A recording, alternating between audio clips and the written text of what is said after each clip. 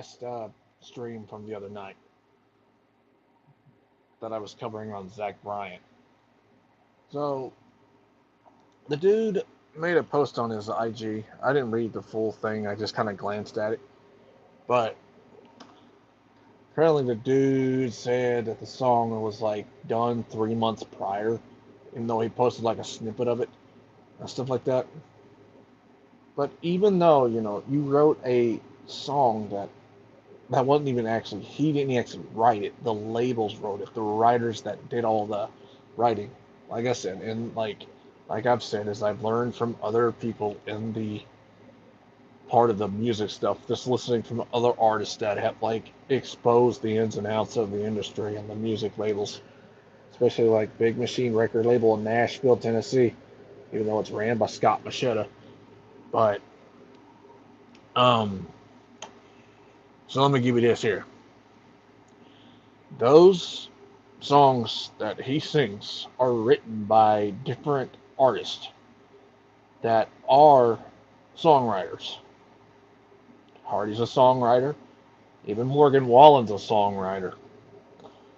Uh, there's a whole bunch of different things, songwriters. Uh, Stephen Wilson Jr. Oh, I like his music. I like his stuff. Not like in the new turn that he's going with his sound, but I kind of prefer his gothic country sound. Um, but so they have different people writing different tracks and different songs and like in the industry and stuff for like the artist, even though it's supposed to like once you sign your name on the dotted line, you're signing your soul to the devil, and you're pretty much just giving like all your creative control to the label. The label takes full control of that.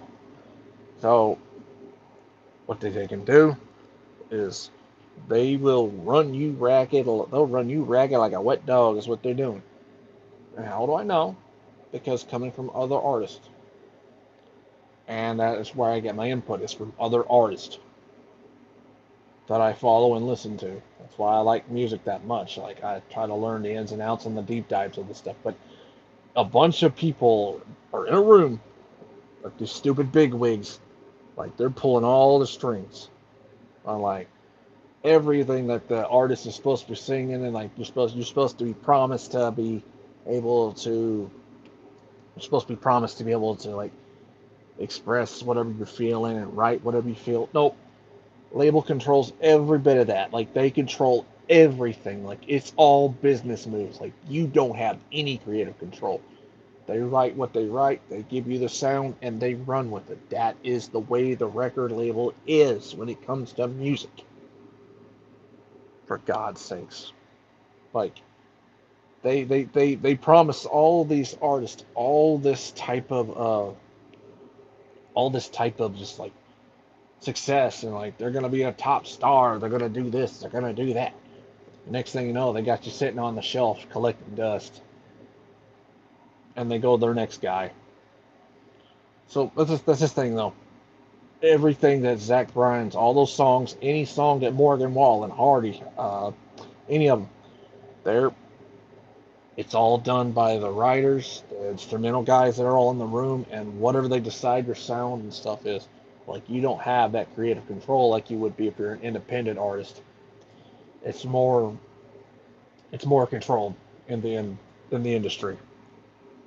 So even if Zach Bryant wasn't even like meaning to say that, but you still sung a song and you were still paid to go do it. Why? Because you're in for the money. You were in for the money. You don't care about actually the heart and soul of what actually makes music sound good and unique and bring such a certain way for people to just feel what you're saying, like the authenticity, the just the vibe, like just feeling the energy and feeling like what you are saying within your track, in your sound, like your own sound, your uniqueness, the authenticity of it. Just they don't have it that much over there in the mainstream. There probably is a select few that do have some creative control, but depends on which record label it is. And there's a bunch of record labels out there. Only one I know about the most is Scott Machetta and Big Machine record label in Nashville, Tennessee. So that's the same record label that has Aaron Lewis, Taylor Swift, uh, I'm not mistaken, Morgan Wallen, Hardy, if I'm not mistaken, uh, Brentley Gilbert. Do I need to go on? Because like I'm trying to sit here and remember. Because if you look through some of the songs that are done by certain artists, all you got to do is hit the little, all you got to do is hit the little tab button on the music, scroll down, and it lets you know like who produced it, the composer, the artist, the writer, and then the record label and the LLC, all that stuff. So, Zach Bryan, even if that isn't the case, to me, you're still a wannabe country boy. You out here just putting out fake songs, like you're just out here just putting on a fake image, and you're trying to have people to convince that you're for the country and you're for country folk, but you're only in it for the money, and you're only in it to just freaking sing songs that ain't even authentic. So your fan base will turn on you for all that crap. And besides, the whole thing with you and Gavin Adcock, that was publicity. You hopping over the fence and then you talking trash and then calling him out on stage. And then next thing you know, you're at a concert of his and then you're going to challenge him to a fight. That was huge publicity. To me, it was like to try to pave you into being an outlaw. Kind of like what happened when Morgan Wallen threw a chair out at Aldean's. That's ridiculous. The real outlaws were Johnny Cash, Waylon Jennings, Merle Haggard, uh, uh, Hank Williams Jr., old Bo Cephas. Uh, I would definitely put George Jones for sure in there. But those guys were the real legends of the past that were actual real outlaws that done some crazy things. Heck, Waylon Jennings was performing in studio and somebody called the cops and apparently when all that was going down, it was like some unknown cocaine in there and next thing you know, someone's like telling like Waylon, next thing you know, they're grabbing it and flushing it down the toilet. And hell, uh, Merle Haggard ended up stabbing a man, ended up going to prison, and went with life without parole. He sung that song. Uh, George Jones ended up getting so drunk to the point that he ended up knowing his wife took away his keys to all this, like to his rides. Next thing you know, he takes the lawnmower to the bar and go get drunk. That's why they call him No Show Jones. He's always late to his shows. Uh, Johnny Cash. Well, Johnny Cash got into a lot of drugs. Uh, he drunk a lot, but he was quite violent.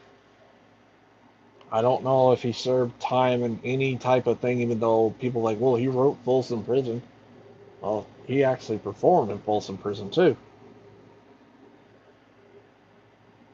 Um, of course, then the boy named Sue, he mentions that there was somebody that he took and knocked someone out, and you shall die, because they called him Sue, shit like that.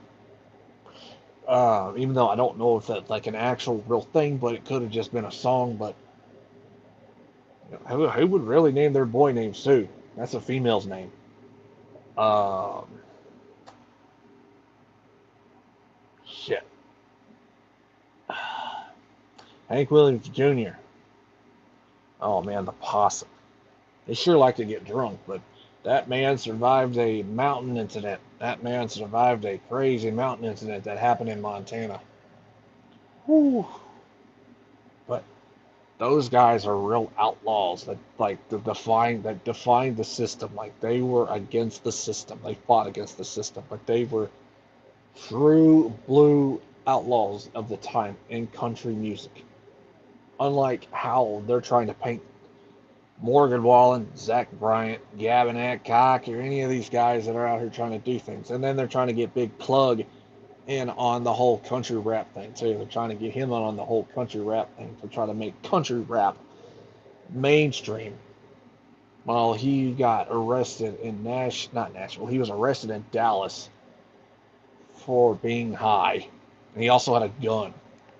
So you were driving in the city, dude. You're gonna act like they're not gonna get you for that. They got you for that.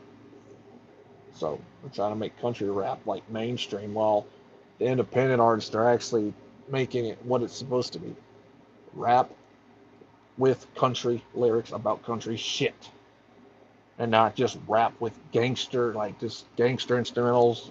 Like it's actually country sounding with like guitars, banjos, harmonicas, any of that old sound mixed in with the instrumental of the rap beat. But it depends on who's on the track and who's singing what and what they're saying. If they're just sitting on it, if they're just on it doing a whole freaking like talking about gangster shit on a, like a country esque rap beat, that's not country. That's just someone trying to rap gangster on a country beat. Like that's no, no. That's not country. That's just straight rap. Like they just rap it. Now if they rapping about, like I said, if they rapping about actual country shit on an actual rap beat, I mean, you could consider it like country rap, but it depends on like the structure of the music and the structure of the song. But I love music that much. I mean, I'm speaking my bit of knowledge I have, but I don't think there's anything else I can really say except that I'm fixing to go brush my teeth. I didn't call it. I'm just sitting here laying on the floor, just kind of doing some brainstorming and thinking to myself about music. But yeah, I don't think there's anything else to say except that's my bit on it. So y'all have a good one. Take care of yourself, Walker Nation. Silly Dilly out. Thank y'all for watching. Give it a thumbs up, subscribe, and hit that bell. See you on the road to 5,000, baby. Catch y'all later. Have a good one, guys. Dilly out.